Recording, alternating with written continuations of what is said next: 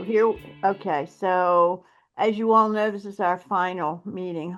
I'm crying as a group to be together. So we have really accomplished a lot, and we started way back in September 2025 looking at schools and school systems, and then in October we looked at community and businesses and nonprofits.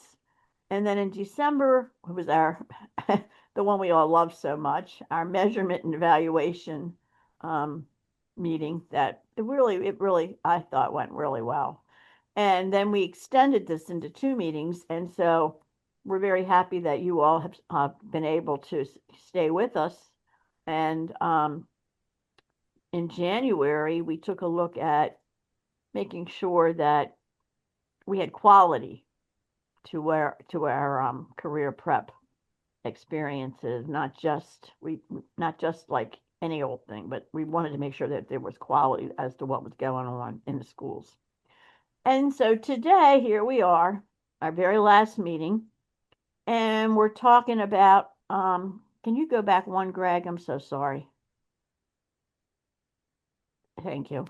We're talking about career ed for everybody, and we're talking about meaningful steps that school leaders, especially principals, can take in order to put all our ideas together and use it in their schools and not recreate the wheels like sometimes all of us in education have to do, and it's kind of crazy. So we're trying to not to have that happen for people that are just starting a career ed program in their schools.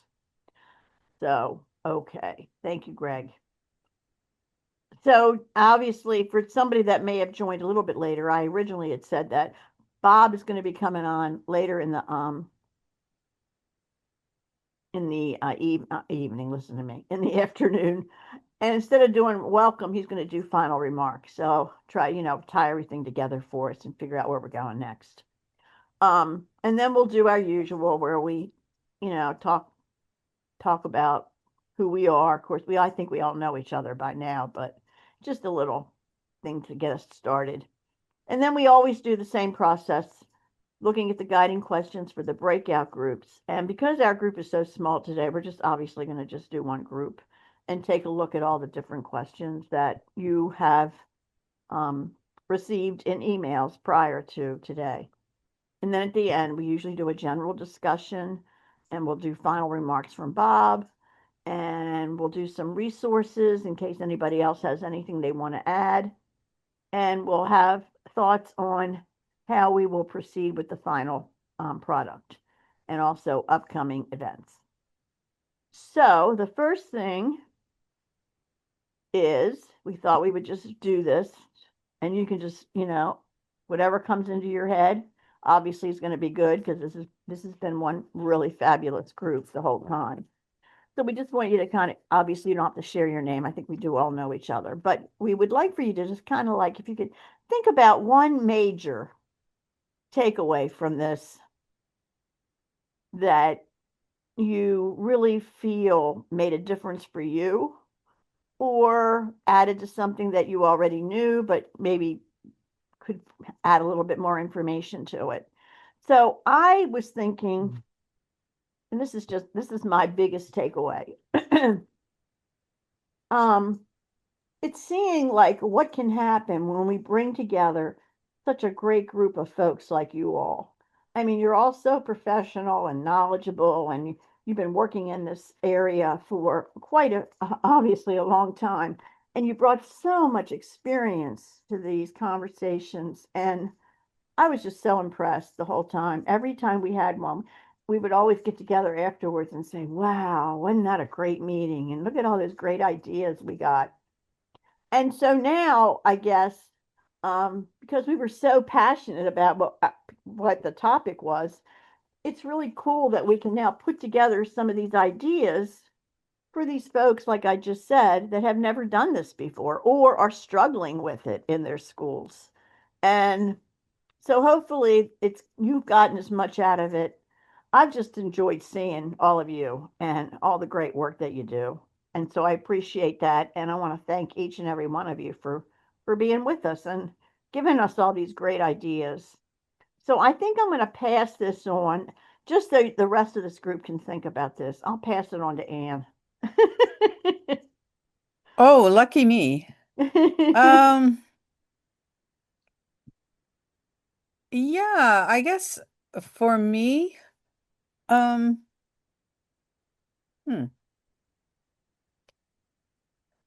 I guess one thing that has stuck with me is the importance of providing school leaders with some guidance in terms of determining what are really viable career paths for their communities and bringing the community together around that. And I will pass it on to Austin. Hey y'all, good to see you all again.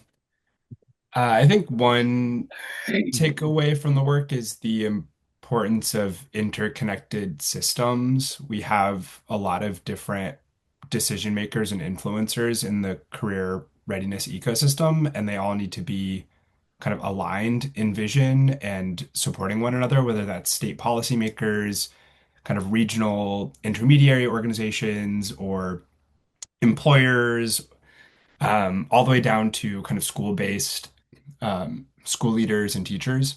So making sure that everybody is kind of bought in, understands the role that they play, and is able to work in coordination to support opportunities for students. Um, and why don't I toss it to Taylor? Thanks, Austin. Yeah, for me, I mean, I'm probably newer in the career space here as this is a new program for Achieve Atlanta, an area that we're trying to ensure that we integrate better into the scholarship program and supports we offer.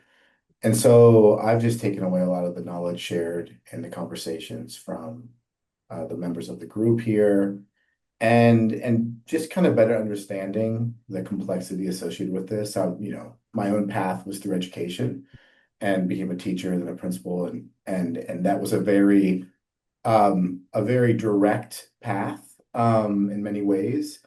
And as I've worked with more students and more of our scholars, I realize how absolutely disconnected many of their paths are and the need to help, again, kind of leaning on what Austin said, coordinate that and make things a bit more clear, even though career will never be linear in every way for everyone. But just helping think about connecting these dots more for our students who we serve. So it's been great. Um, and I will pass it over to John.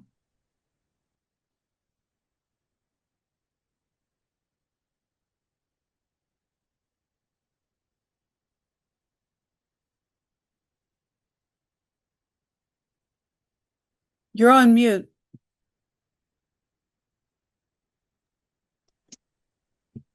Thanks. I tell you, I've really I really appreciate being included in these conversations. It kind of, for me, it's a different three R's. I think in terms of when I think of that, I think of relationships, resources, and the ripple impact.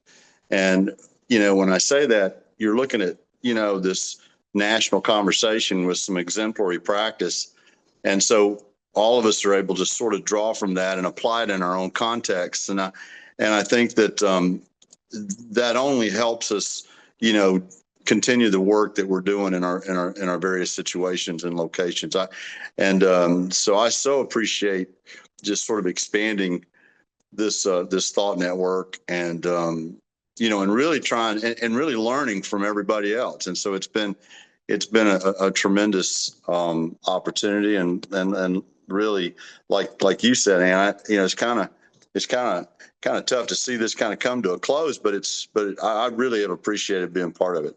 I'm gonna turn this over to Farah. Um, so for me, I think as also as a nonprofit that's been slowly engaging more in career readiness, this has been really valuable um, community to be a part of. I think my main takeaway is that in order to do this right, it's more than just a program. It's like almost a complete rethink of how we engage with students and how we do our work and the relationships and partners that we need.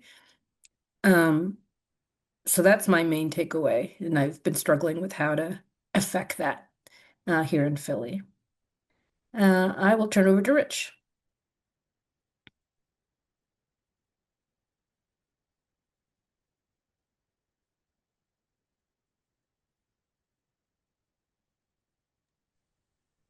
I believe Rich had to step away. He Oh, put that's a right. I note did in the see. chat He did do so that. So, we Greg, can. why don't you go ahead? Oh, okay.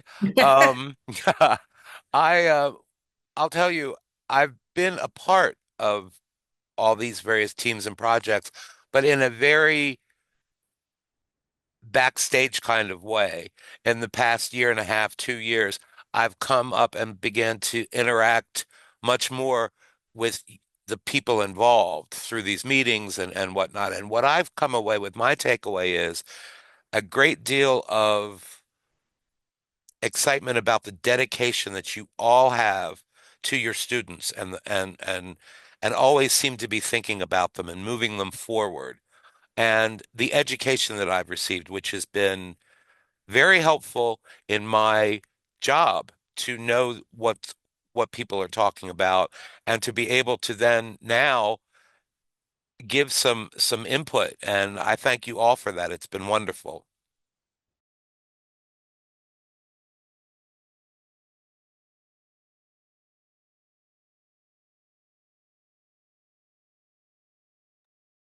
Well, since Rich doesn't seem to be back just yet, maybe we'll move on to the next slide. Um, as usual, we will talk about the guiding questions, and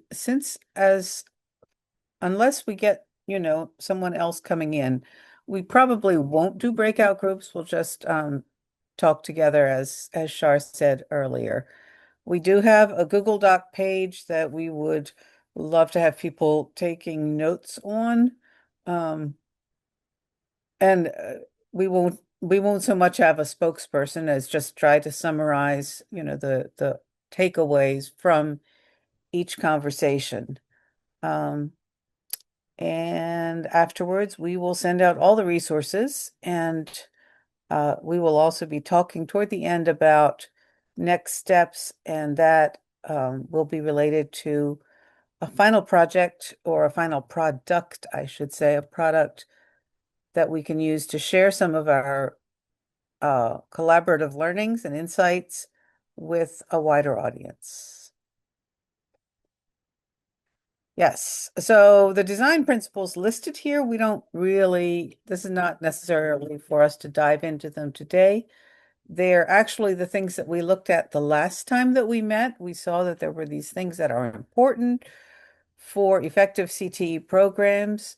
But I think there was an awareness that for people who are not deeply involved in this work or have not been up till this point, it might feel like drinking from a fire hydrant. Like, where do we get started?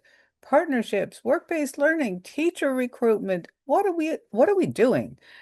And that's when Bob suggested that maybe we focus during this final meeting on realistic goals and priorities to help school leaders move the needle forward in a more meaningful way toward career education for all. We know that a lot of schools offer some sort of a career education program, but in far too many schools, that's limited to just some small subset of the student population. So we're really wanting to think about how can we help school leaders extend the benefits of career education to all of their students, and what are their first steps? They can't do everything at once. What are some of the things to begin with? So, Greg, you want to move to the next slide? And so our first question is, how to define and measure the success of community partnerships. I think a couple of people in their takeaways mentioned realizing how important it is to get everyone coordinated, talking together, understanding each other, and pursuing the same objectives. How can we define and measure the success of partnerships? And how can school leaders receive feedback from their partners and report to them on the impact of their involvement? So whether those partners are employers, nonprofits, the Chamber of Commerce, whoever, if they're involved in the work, they want to know how it's going. So here is the link to the Google Drive or Google Doc in case you have things you would like to contribute and you don't want to lose track of when somebody else is talking. But aside from that, I think we can just open it up. What are some of your thoughts about defining and measuring the success of community partnerships and sharing feedback on its impact?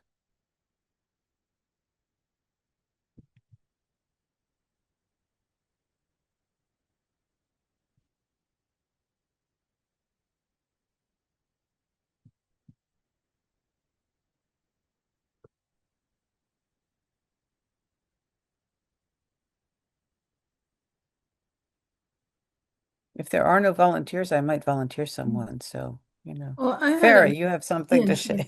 I did. I had a thought on for our middle grades program, because they're so young, the kind of feedback we're looking for is about um social emotional learning, some competencies. And I know we've talked about this before, it's really difficult to measure or for students to be able to complete an assessment that helps us measure it. So one of the things that schools could do better or be able to provide to partners is observation. So specialized time where a partner can talk to educators who touch these students and get some observations, like have they demonstrated greater, self-control or um, other kinds of evidence of social emotional growth. Let me make sure I understand what you're saying, Farah. Are you saying that the schools would be providing observations to the partners Yeah. or vice So versa? yeah, it can happen both ways. It's actually a good point. In our instance, we are looking for the schools to be able, teachers, because we work with the whole classroom, to be able to provide their observations. Because students will do a self-assessment, but that's not as, in my perspective, not as reliable as educator's observation or parent's observation. So if there is a way for schools to provide that, that would be very helpful.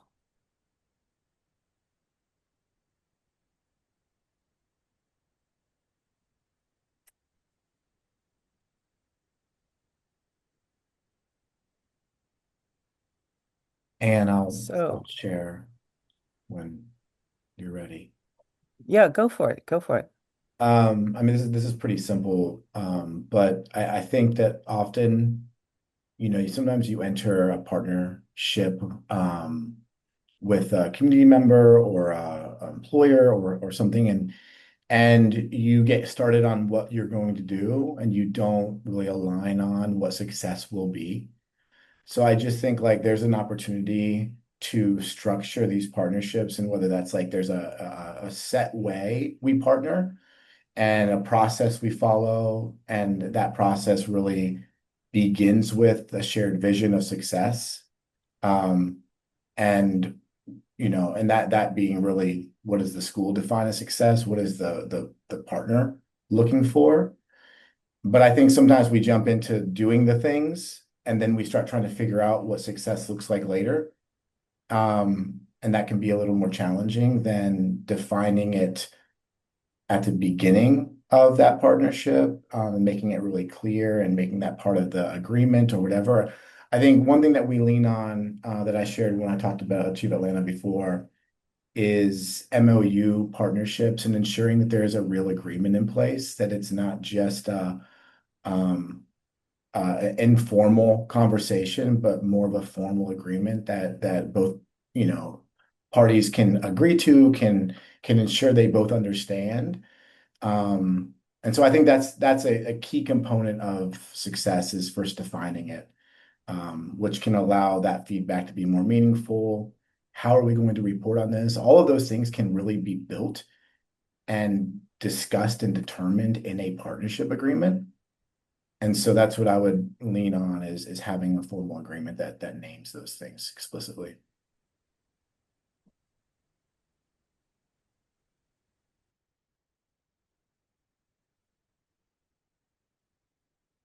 Could you give some examples? Like, what are some of the things that you would be looking for as a nonprofit when you partner with a school?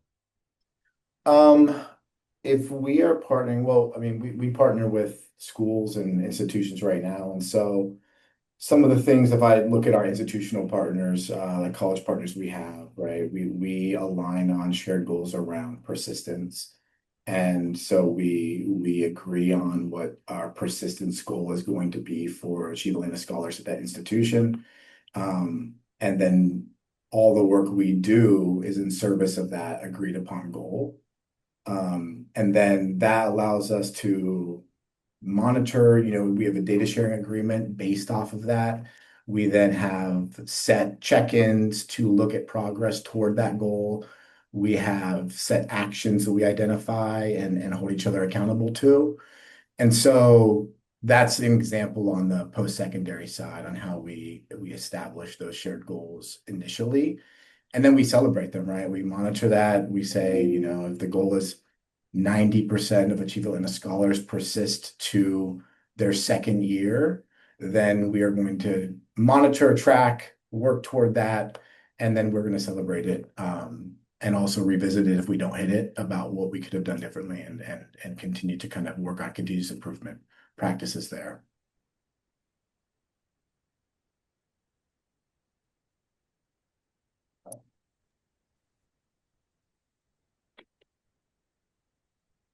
I think one challenge, and well, I'll start by saying, like, I agree with what Taylor's saying. Like, I think having a unified vision and a shared vision is a really important starting point, but that needs to be kind of an ecosystem vision, not just between like one institution and one partner, but for all partners that are involved. I think when we talk about career readiness and career pathways, one of the biggest challenges is that students get patchwork experiences. So they get, maybe they get an internship, but it's not connected to what they're learning in their program, or they get an industry certification that's not aligned with their career interests. And it's so hard to kind of bring all of these pieces together. I think you need to have a really strong kind of advising infrastructure so that the student has trusted relationship with an adult where they can talk about their career and academic plans, and then look for those opportunities for the student to, like, whether that's work-based learning, or um, if their career path does include college, like making sure that they know the steps that they need to take to and what programs they might be interested in, and that there is coherence from the student perspective, and there needs to be kind of alignment and coordination from partners and educators to kind of support that system. So you could have a great partnership, but it could be completely disconnected from what the student is working on and what they're interested in. And that would not be a successful partnership. I think building off of what Austin just said is really powerful in terms of the ecosystem commitment and expectations. And so, this past month has been, it's been the state of everything, from the country to the state in our state in Georgia, we just had our inaugural state of higher education. And so the university system chancellor was in attendance, as was the technical college system, commissioner, as was the, head of the independent, post-secondary institutions, all on the same panel. And one of the things, and Chancellor Perdue made the comment, said, we're all working on the FIO degree. And so figure it out. And then they went a little deeper though, and they said, you know what, we really are all trying to have very meaningful experiences, both from the cognitive development as well as the workforce skills. And then he gave credit to the technical college system, which in a lot of states is the community college. And so where he said they're very focused in terms of future ready skills and that development, while as we've been more focused on the cognitive and academic development, and we need to do a better job so that all of us are sort of working towards that. You know, how do we give those work experiences, and like Austin said, where they truly connect with that individual student's pathway to their own adult success. And that is no small thing. So when we're pretty conditioned to be in these silos, you know, you've got to have sort of a catalyst from, you know, some authoritative elements that make this, you know, a reality. And I'm optimistic. I think we're moving in the right direction. But as Taylor mentioned too, there's a lot of disconnect in terms of, you know, in terms of what the student's actually experiencing and where the institutions and the partners sort of see that effort and work.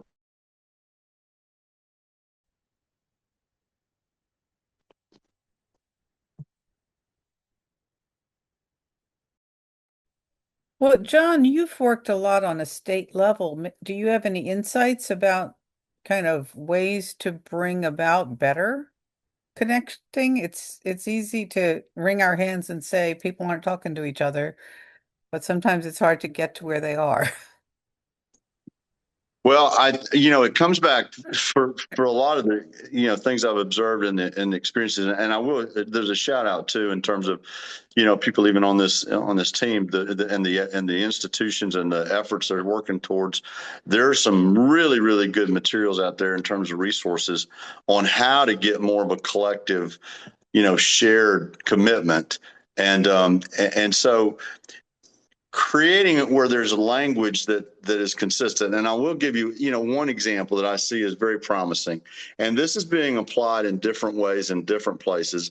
But the portrait of a graduate kind of movement that's taking place sort of in K-12. The problem with the portrait of a graduate is there is some fantastic descriptions of what future ready skills look like, from empathy, critical thinking, communication, adaptability, collaborative leadership, and resourcefulness.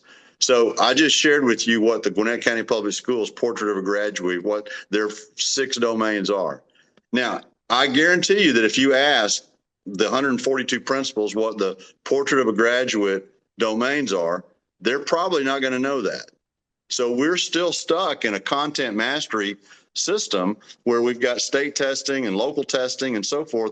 And it's really, and those aren't necessarily those future ready skills, especially in this technological age. So I would say, if you want to make progress, there's alignment that's got to take place with your partners so that everyone becomes very familiar about what it is in terms of that productivity goal that you want those students that are doing it, and they're doing it more from workaround and from real commitment within their own communities. And so finding those exemplary communities that are actually doing that, creating those local community ecosystems, I think all of that is a good way to approach it from a state level. That's happening. I know in our own state, and we're in the early stages of it, but the Department of Labor right now is a very active partner in terms of the state direction. And I don't see that changing anytime soon. And so that's kind of forcing K-12 and university system and all the different systems for the students to really start working together with that mindset of career and future ready skills.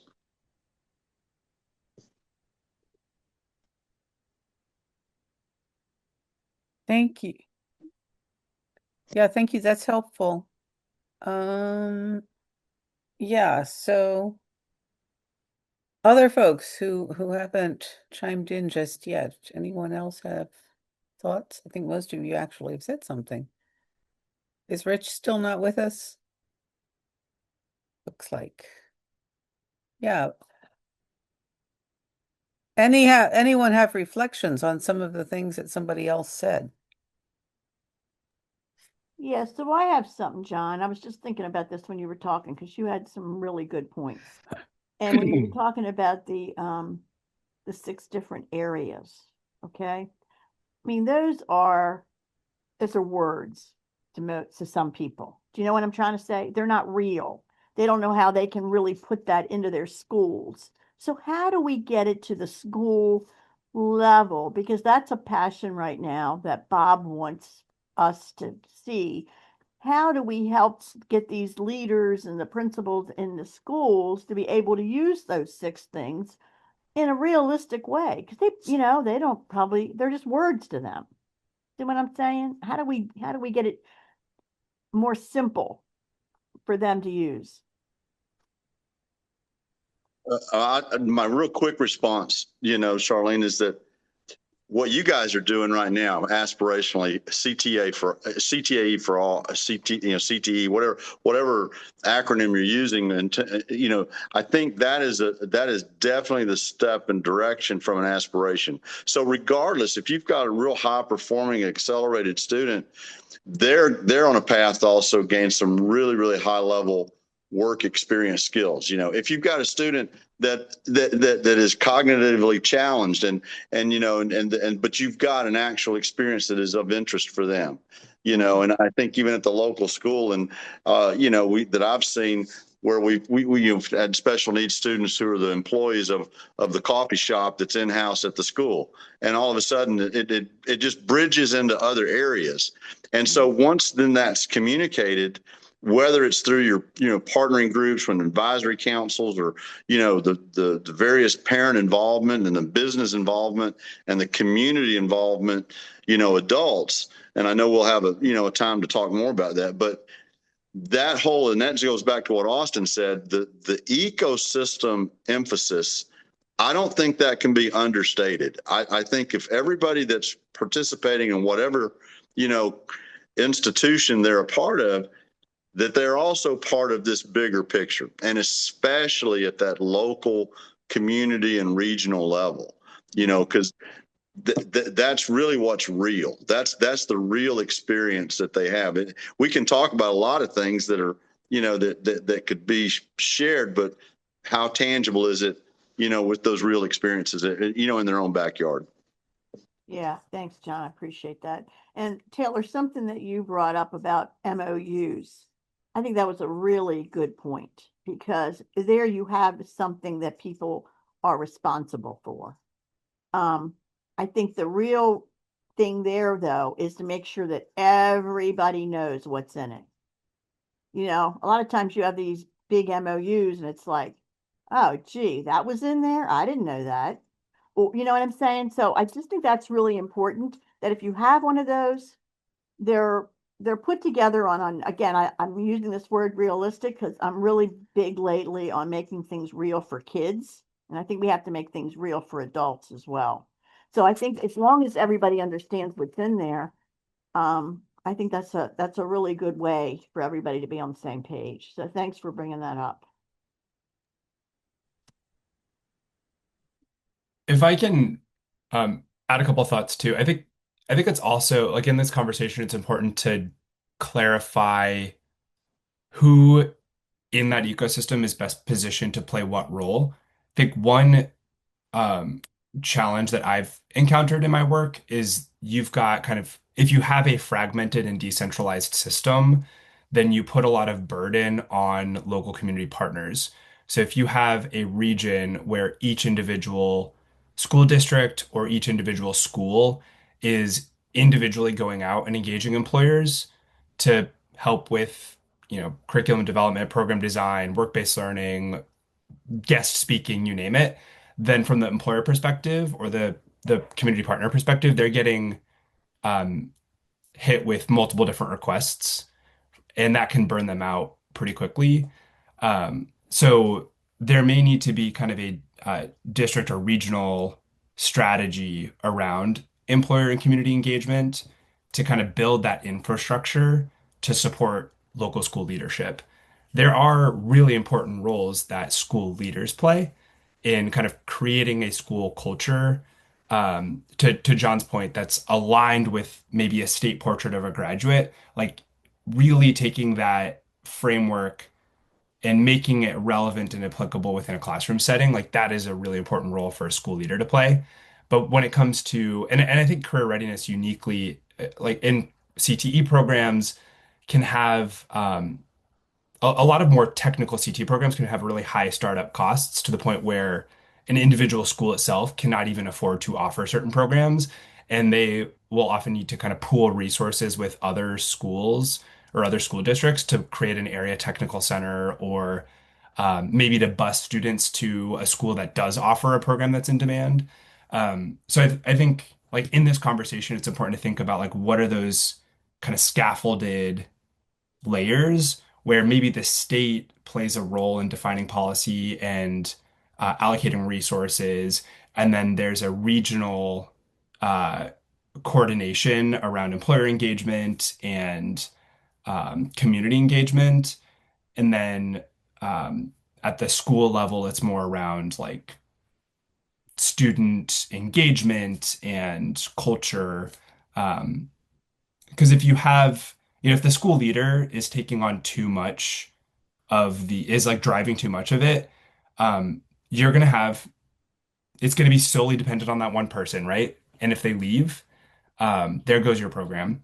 And then you're going to have a lot of variation. I mean, I see this all the time. Is like, it's so dependent on school to school. And you could have one student in one school who has a really quality experience, and then a student in a different school that does not have a quality experience. So you have to kind of elevate it up to make sure that there is some consistency there. Yeah, and I think I just want to name, which we all know, but like I think one of the greatest barriers, because I do think about like the concept of like the characteristics or the qualities of a graduate, and I think it's so powerful to name those, to define those, to look at how we are preparing students to be those. I think that the challenge that I see is that if right now those who graduate are not necessarily reflecting those things that we say are the characteristics of a graduate. And I think that the challenge will be continue to be if there's not alignment there and we are continuing to, tout graduation rates as the thing without that being an accompanying consideration or factor or something. I just think that we are gonna it's gonna continue to be really challenging to align everything without that being aligned at the top. And I think if we are able to align there somehow or make it so that those who are graduating are demonstrating these things or we are able to show in some ways this is happening, I just think it allows for a much more high quality partnerships, programs. I think it takes a little bit off of the challenges around do you have every CTE pathway as part of your school or district when you lean into these characteristics more and these work ready skills, these future ready skills that can be developed in many different ways and show up in many different type of jobs and opportunities. And so I like the idea of leaning there. I just think right now it's just not aligned with who's necessarily graduating. And how do we make that more aligned is a huge thing that I think about.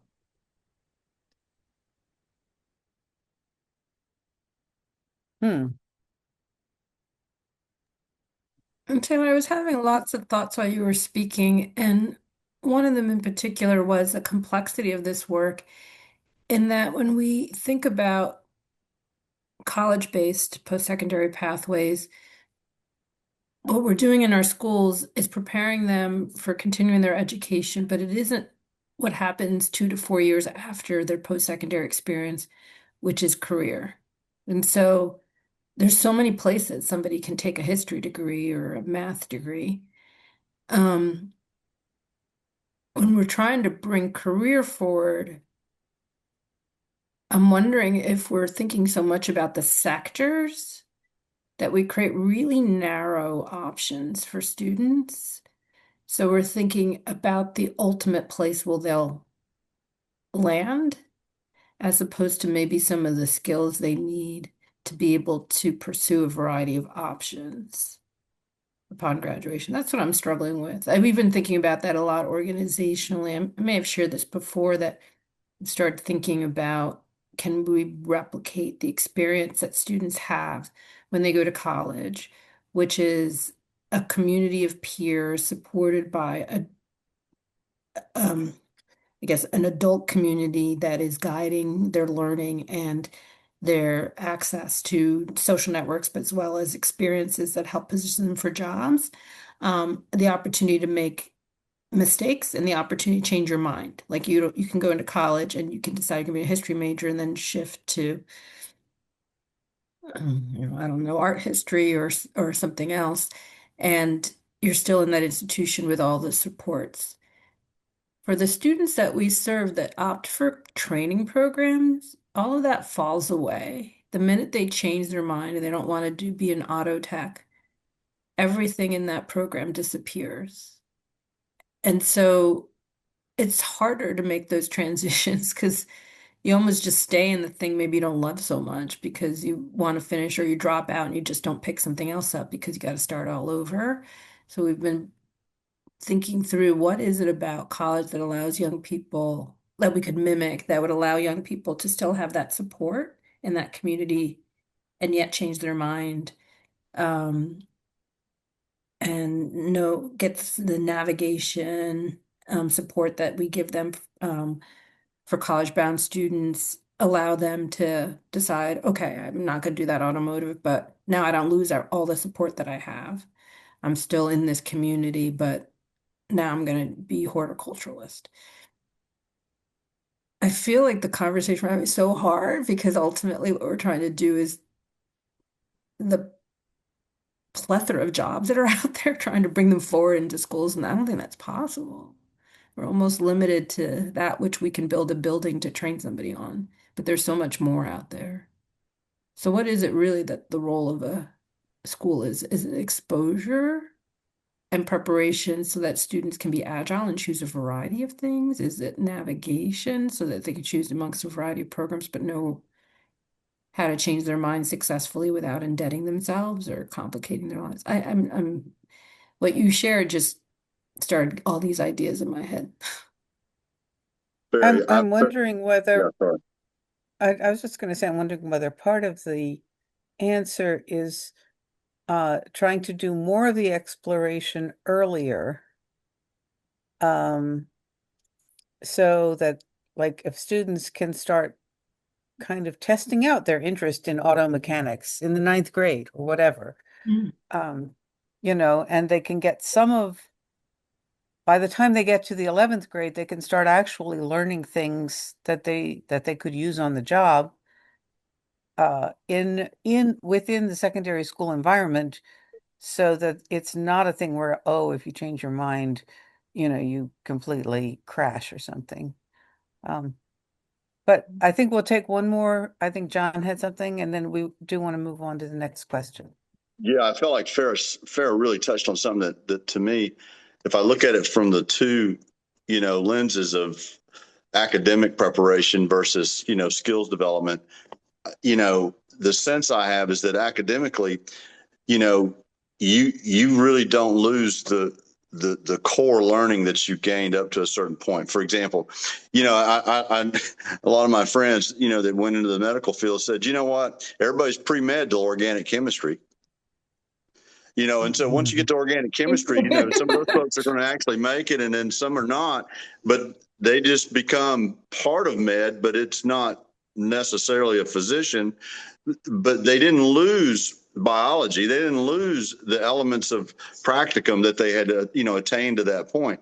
And so what I do think happens in terms of some of the career prep, coursework and almost training instead of coursework or development, is that if you do go down that path and you're in automotive or whatever, that all that work that you place in there, while it could have really, really aligned with some of the portrait of a graduate type, descriptions, you make them start over again. So I think the transferability, especially in the CTE world, from a state and national level, is extremely important, so that students' energies and efforts until they change their mind, it's just not all lost, you know. And I think academically we do that better than we, and that's almost counterintuitive. But I think that's some space that we could all do better. Yeah, I think that's a great point. Well, Greg, do you want to show the next slide, please?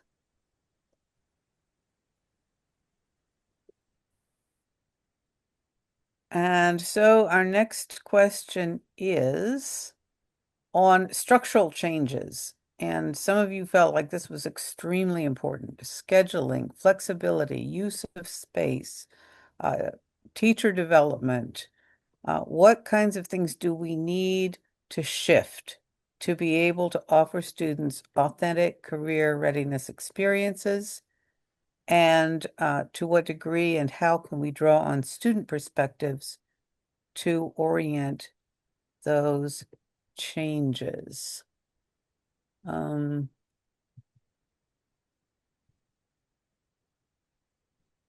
Yeah, and there's some good things in the chat before we move on. Yeah. Taylor mentioned both narrow with clear on and off ramps and technical skills, as well as broad transferable future ready skills. And Austin, few CTE concentrators actually pursue careers related to their study after high school. It's important to build a strong foundation that opens rather than closes doors. CTE programs should still integrate early college. So thank you. That's very helpful. And here is the link for the Google Doc for the second question on structural changes. So So I think this thoughts on structural changes. Yes. I think this kind of ties to the conversation that we were just having, where our institutions are built around this dual design of vocational education or general education, and we historically have required students to choose a path early and lock into that path, which closes doors and, to Farah's point earlier, doesn't really give them the space to change their minds. And so much of like the structure of our school systems today still like reinforce that dual system. So I think we need to kind of create more space for blending to where students have space in the school day where they can take career focused learning opportunities, or maybe even, you know, pursue learning outside of a classroom.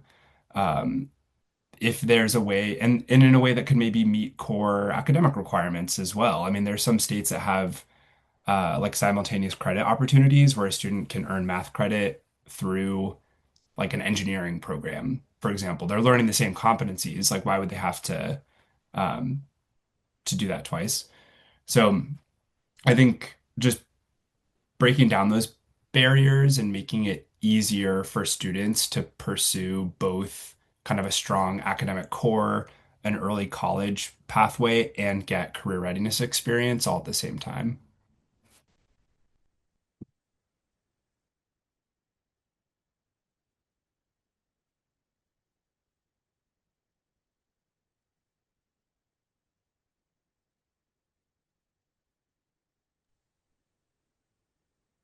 Um, I'll just add that I wonder how much this varies and who can control this across different districts and states and schools where, you know, sometimes the school has a lot of say in how they develop their master schedule. And I think one of the things you all shared in advance for this for today's meeting was a principal talking about the changes they made to their master schedule in high school.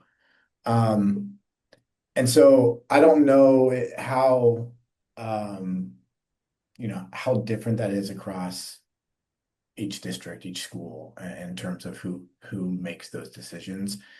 I always kind of go back to whenever it's like scheduling and thinking about like the amount of time we have with with students from K to 12, it's like insane, right? Like it's like 18,000 hours, I think, something like that. So like there is plenty of time to do things differently. And then I asked myself, well, why do we do them the way we do them? And I think it kind of goes back to what Austin was saying. Is like this is how we've been built, and we're built to get the outcome we're getting.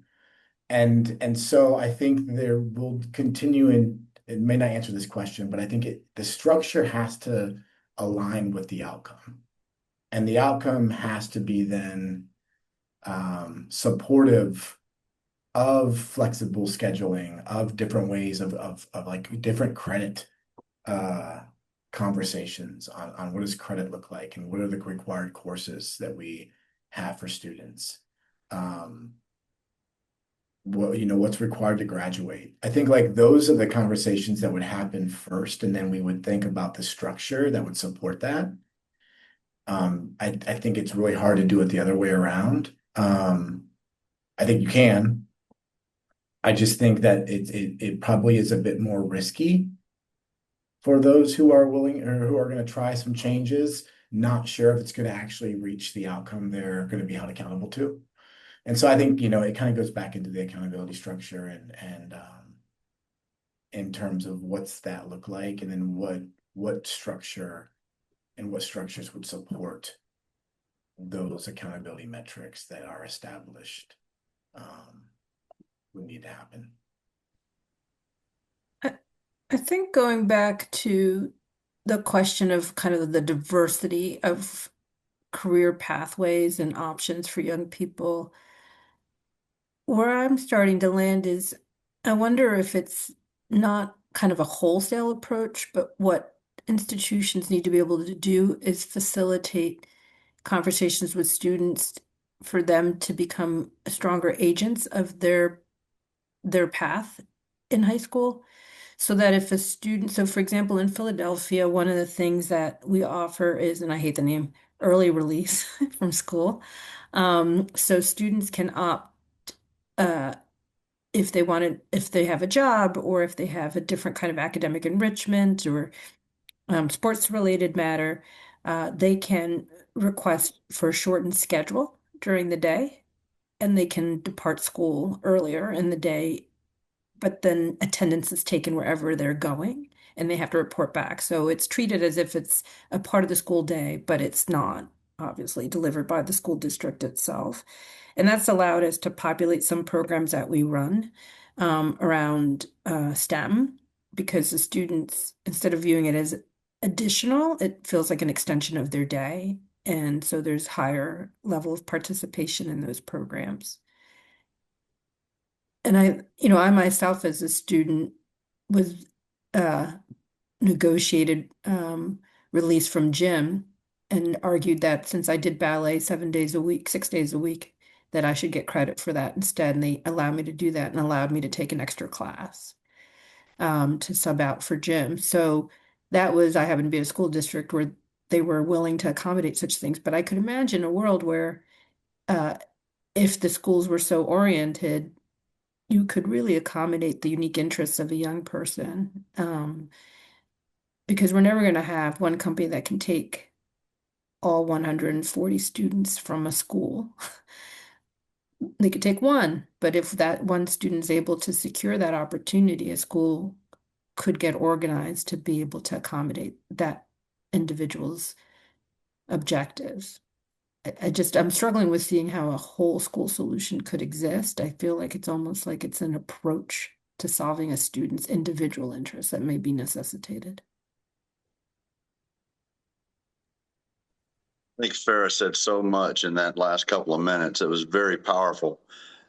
In terms of what Johns Hopkins has promoted now with the new ABCs of agency, belonging, connectedness. From my perspective, and reflecting on even past years, changing structures, for the school experiences for the students and teachers and so forth, and then seeing great results. It tied in more with that, developing agency and belonging and connectedness than it did with attendance, behavior, and course credits. While attendance, behavior, and course credits are really, really important, and really how most of our accountability structures are set up at the state and national levels, for the student, for that individual student, I think this current promotion of the newer ABCs is right on track in terms of engagement and interest through CTE.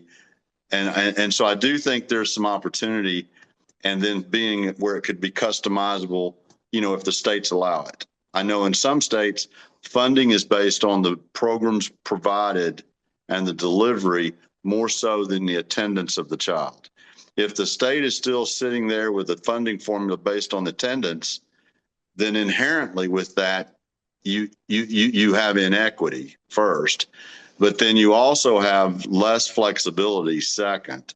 And so I do think it behooves states to really examine how their funding is centered, whether it's attendance based, or to use the term agency, or agency based. That would be, I think, a move in the right direction. And some states are already there.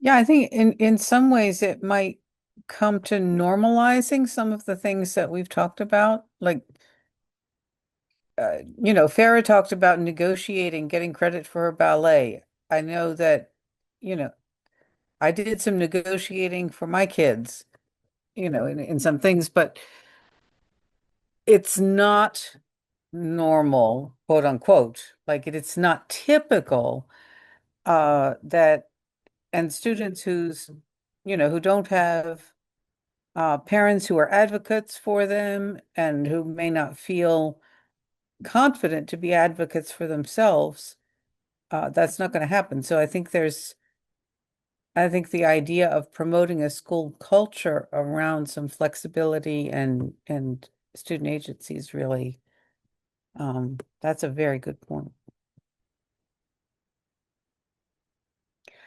Maybe one or two more comments, and as always, we have time pressing in upon us.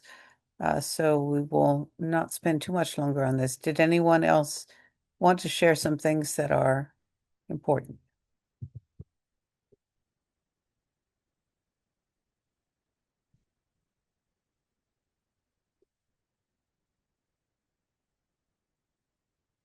I do think we should not fail to mention the need for professional development, whether for teachers, counselors, all the adults in the school. If you're going to change the school culture, you're going to have to provide the professional development to support that.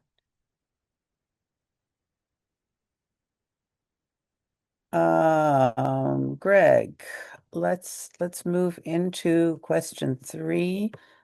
This was Bob's question. Bob was really very committed to us talking about this question, so we don't want to miss it. And that is, what guidance can we give principals to help them set meaningful but attainable goals toward providing high-quality career experiences and learning to all students? And let me get this link in there. By the way, thank you to the person who was, I don't know who it was, but somebody was writing on that Google Doc for the second one. I appreciate that. All right, guidance for principals.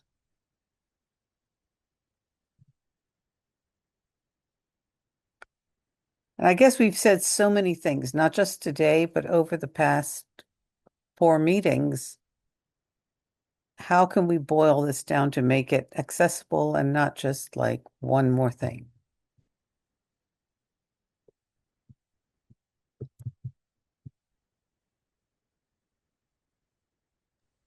And I'm just thinking about, like, for this one, realistically, I think it's one thing to set goals. It's another thing to monitor, to prioritize those goals. I think there's plenty of goals that are being set in countless goals sometimes in our schools and districts, but there are only a few that get prioritized and then supported fully. And we mentioned professional development and all those things. So I'm thinking about like what would make this be one of those prioritized goals.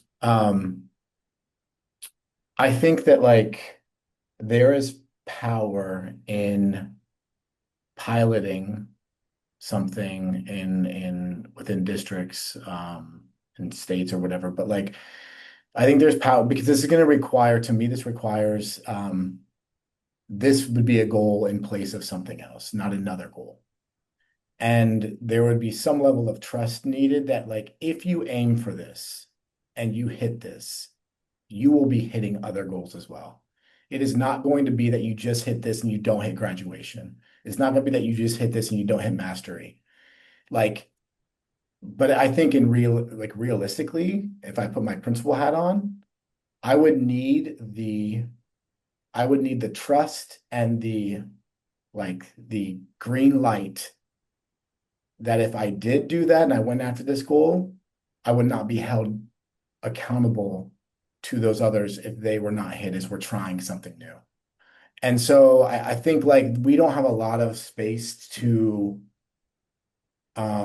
innovate in a way where we could do so like that. I think that there's like small innovations that happen but like this would, I think, require thinking very differently and believing in a different way of accountability and so I think that to me that lends itself into where would there be a district willing to do this with a school, and how could we learn and then like really study and really like show the impact of focusing on this goal rather than a different goal, and how it'll be a domino effect, or these other goals will be hit because this is a bigger, more ambitious or whatever kind of goal. So that's what I think about.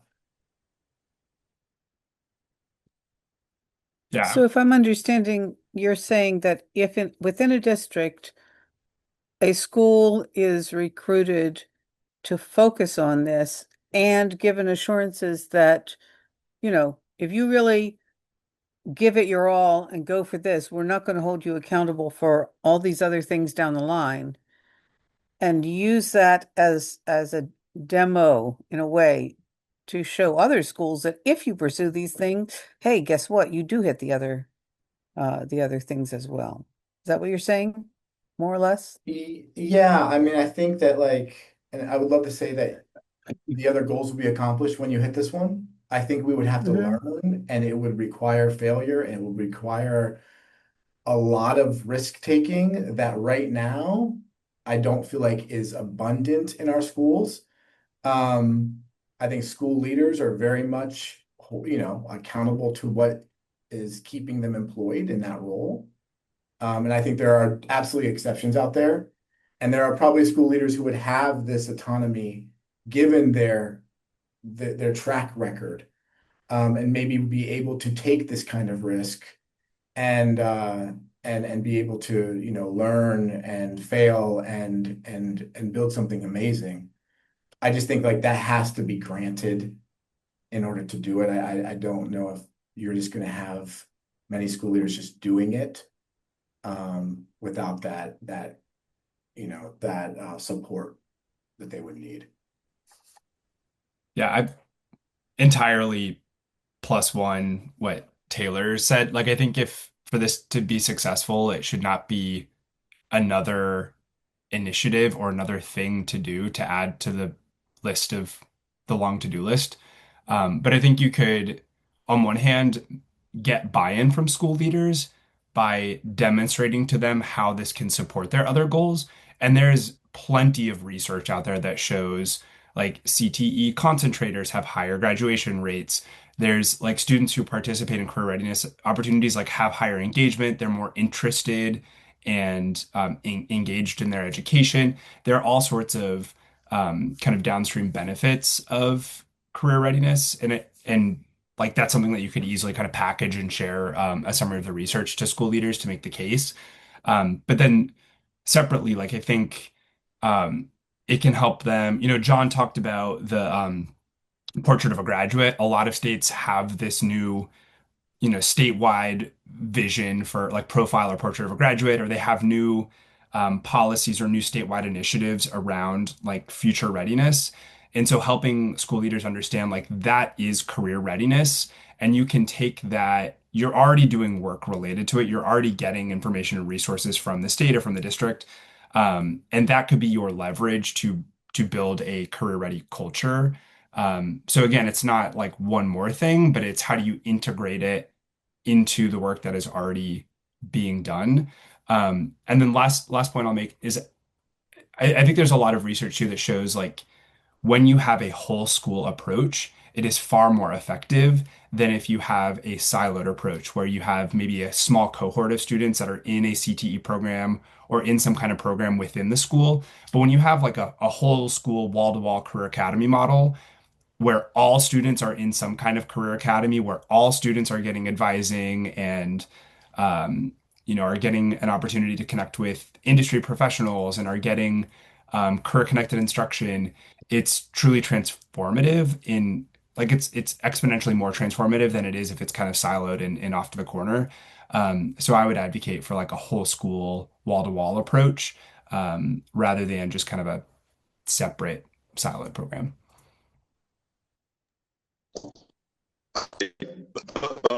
And also get this very well. You know, I can't emphasize enough the structural element of teams and flow. And one of those things are teachers from academic experience, the whole area, have research and really solid in terms of like FC and student productivity and so those structural. John, Yeah. I don't know. We're having trouble understanding you. Oh, I'm sorry. Is that There, better? that's better. That is so much Okay, better. sorry. Can you start from the Um, beginning? All right, sorry about that. So we'll just quickly focus on, from a structural perspective, schools that really, especially high school levels, if they're able to structure with teams of teachers, so many things that are programmatic, such as mentoring, such as discipline support, such whatever it is within those teams, if they're really high functioning, that ends up taking care of itself. So like what Taylor was saying in terms of, pursuing a goal, which actually ends up actually taking care of some other goals, is a structural move in the right direction. And this is in alignment with Hattie's research in terms of teacher teams provide in terms of improved student achievement and performance and productivity. So having lived through that, I know how impactful that can be. And it is the cornerstone for what used to be, in professional learning communities, spread throughout the country. That was the core. Now we lost some of that along the way because it's hard to do, especially if folks get very focused on I'm in the history department or I'm in this. You're part of this collective group that's actually promoting student agency. That's a whole different structure, but it's possible to do that.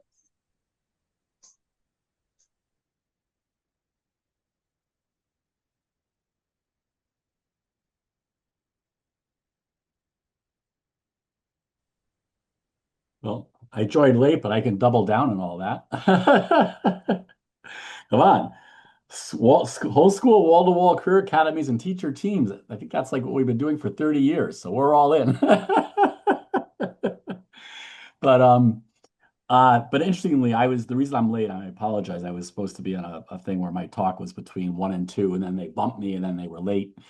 But anyways, it was actually reporting on some results we did with the Michigan State Longitudinal Data System, which we've now replicated with Maryland, which basically show that and I think this supports all of what's being said and also makes the case to principals on why this doesn't have to be risky, even though it might seem it is, which is that in both those states, it was pretty clear that like once students take a core set of academic courses, somewhere between 14 and 16, that more academic credits don't make them more prepared for college success. And that therefore leaves a lot more room in the high school curriculum than people assumed for experiential career ready, project based, the things that will actually keep engage kids so they'll actually show up. It turns out, I'm now that I've seen it in 2 states, I'm much more convinced that like, you can add all of that and not sacrifice college readiness for the core folks that like would object strenuously if they thought you were undermining their kids' chance to be college ready by bringing in these other dimensions. So I think as we start to be able to share that more, I think that might help some of that stress factor of, if I do all this, what am I all not doing, and who's going to get on me for not doing that? So One thing I was also thinking about is just how each stakeholder, is wanting something different out of the same system. yeah, And therefore it's like, how do you satisfy all the various stakeholders who, to your point, Bob, want this, and the parents want this, but the students may want this, but the workforce needs this, right. the policymakers want this. And I think it speaks to the need for the alignment we've spoken about, but maybe like, I don't know if any of those groups get priority, it should be the student in Right. right? Which probably is the one who is least prioritized in that conversation. But I They're do now wonder. are now increasing their power by voting with their feet. Yes, yes. They're telling us they don't want to be in this classroom any longer, or that school for the whole day anymore. But I do like wonder if there is one message that resonates with everyone, and what that might be, Yeah.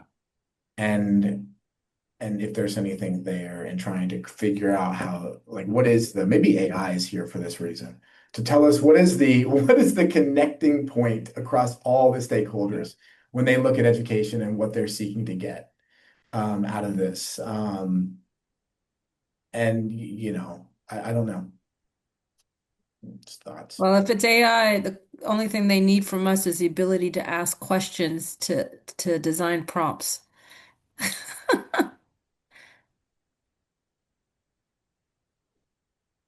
And to know when the answer is bogus. Yes. We all have that thing where you have a couple of quick, like, amazing things, and then you have the clunker. So my experience yesterday was I was trying to find an example of a high school that made big improvement in chronic absenteeism. And it's like, they was like, I can't find any, but would you like me to tell you like the characteristics of schools that have made big gains in attendance? And I'm like, oh, okay, sure, that sounds good. And it claimed, right, like it was going to do this based on school-based data. All the sources it gave back were essentially mine, which were based on guidebooks, not based on like actual schools. And it was like, okay, you're selling this as like school-based, but you're just getting this from our guidebooks, which is like broadly evidence-based, but it wasn't based on this particular school, like it's had a big. So it was like lying. And, it's so like, okay, so now we can't really trust it. It's like, Well, Bob, I'll give you my example. I once had it do something similar, and then I looked at the source. I'm like, I'm confused. I said, where did you get this data point? And ChatGPT literally said, I made it up. so then you're like,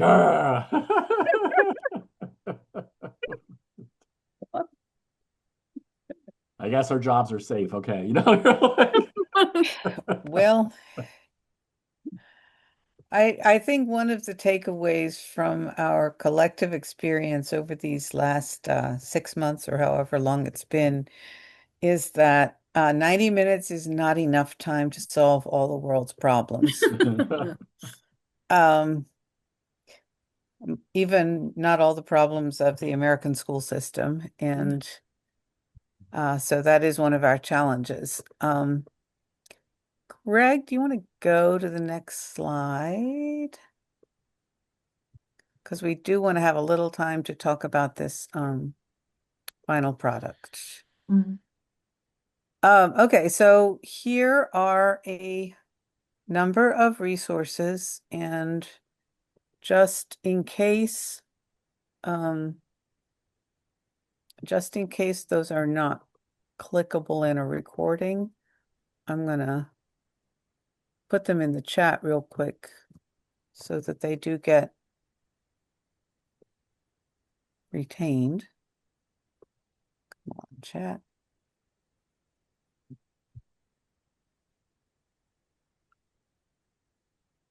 Okay, so they're all run together because that's what the chat does, but you can find things if you need them. So yeah, there's quite a lot of resources out there, and one of the big challenges is how do we package this in a way that is both accessible and enticing and actionable for maybe people who are not deep into the work as you guys are. Next slide. You can go, keep going. I think Dr. Balfans is going to say a few more words about what we're aiming for, and then we have a couple questions for you all. Sure. Yeah, so we're trying to get some guidance for principals was always our goal. So we're gonna have to try to boil down what we've said, and we're open to like someone who has a really brilliant idea to do it. We've been struggling. Absent that, I'm gonna actually ask Anne and Charlene, who've been for everything, to do a first synthesis and put it on a shared document, and then we can work from that. That's my proposal. It's not nothing powerful, though they are amazing. So that is powerful. But that's absent a better idea, that's I think how we're going to progress is they'll take a stab at a synthesis, sort of actionable guide for principals, and we encourage and hope people can edit asynchronously, because given our schedule, it's probably the best way to do it. And I just wanted to just thank everybody for your amazing contributions, for being with us through these 5 or 6 conversations over the year. They've been incredibly rich, and we're doing it all for the common collective good, right? Which is a wonderful and nice thing to be doing, but also hard to do in our schedule. So I really thank you for that. And we've all learned a lot from each other. So it was really a joyous experience, and thank you for participating. Thank you, Bob. Okay, so we have some ideas, but we have not really nailed down, oh, this is the format, this is how we're going to organize a final product. We want to make it user friendly. We don't want to make it overwhelming. And yet we want to make it, we don't want to just be rehashing the same old. So if you have thoughts or suggestions about this, please let us know. That would be super helpful, or you can even mention them before we leave today. A second thing that we want from you is, as Bob said, Shar and I will probably be taking a first stab at this. If there are parts of the work that you are particularly interested in, passionate about, and that you would really be willing to help us develop for the final product, you all know that you have different areas of expertise. Some people work at the state level, some people locally, school systems, nonprofits, etc. So please, we will follow up. We would love to know what specific areas you care most about. That would be great. And if you want, don't wait for us to follow up. If you want to email us already, that will help us even structure our thinking. That would be great. And I think there's one last bullet point. Yes, we will email you a reminder in the next few days. So does anybody have a quick comment or, a guideline that they'd like to put out there concerning this final product? We've got a few more minutes.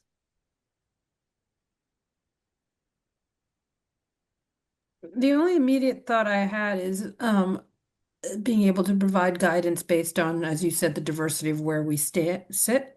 So the difference between what a community-based organization may want to take away from the product or the tool versus an educator versus a system or an Mhm. employer, because we don't talk a lot to private sector, but there's a role for them too. Yeah, yeah. Yeah, I think we're probably, just to keep it from getting too unwieldy, we'll probably have to kind of have a target audience, which, as Bob said, we're kind of thinking about school leaders in the first place, but we want to keep all of those other potential stakeholders in mind, as we work. And we want we want you all's perspectives to inform what we can offer to principals as well. I would just encourage us to, I think there are a lot of recommendations out there. I think and you just shared many, Yeah. many articles with many recommendations. And so I just, of course we're going to lean into like what's practical and what could be actually, helpful to the principal, the school leader. I do think like leaning into here's your existing world as we know it. How do you make the most out of this world? Right? Like, and if that is take one of these future ready skills and map it to your curriculum. Say, where do we teach communication? Where does it show up? Where could it be further emphasized? Could we even measure one thing? I just think like I just, if I'm thinking about being a principal and how I could use this and how I may want to use this. I think just really leaning into, we know your world, we know that you're limited right now in what you're able to change or create or design. However, there are opportunities that exist every single day that maybe just getting your adults aligned with in your building, which usually principals are pretty good at. They're pretty good at getting their team on board with something. Or hopefully they are. But maybe it's leaning into that. That's really helpful, Yeah. Taylor, and I think the perspective of the former principal that you bring, and Charlene also brings that perspective. That's going to be really valuable as we try to structure this. I think those are some Greg? good themes, like, easy entree points and like alternative like ways. Like, here's the big goal. Might be hearing a lot about like, here's the way to do it, but here's like an alternative, right? That's like, that's like gets you down towards that, and it might be more approachable. Like, Yeah, yeah. So we do have our final Innovations in School Redesign seminar that the Everyone Graduate Center is offering in 2 weeks, 2 weeks from today. So please, please, please think about attending that. It's on the theme of organizing adults, which, as Taylor just said, is extremely important in this work. And that being said, thank you again so very, very much. You guys have been fantastic. You have stuck with us. You have been patient and creative and collaborative, and we really, really appreciate your expertise. So Thank you for thank you. including us. Yeah, thank you. Grateful to Thanks. be part of it.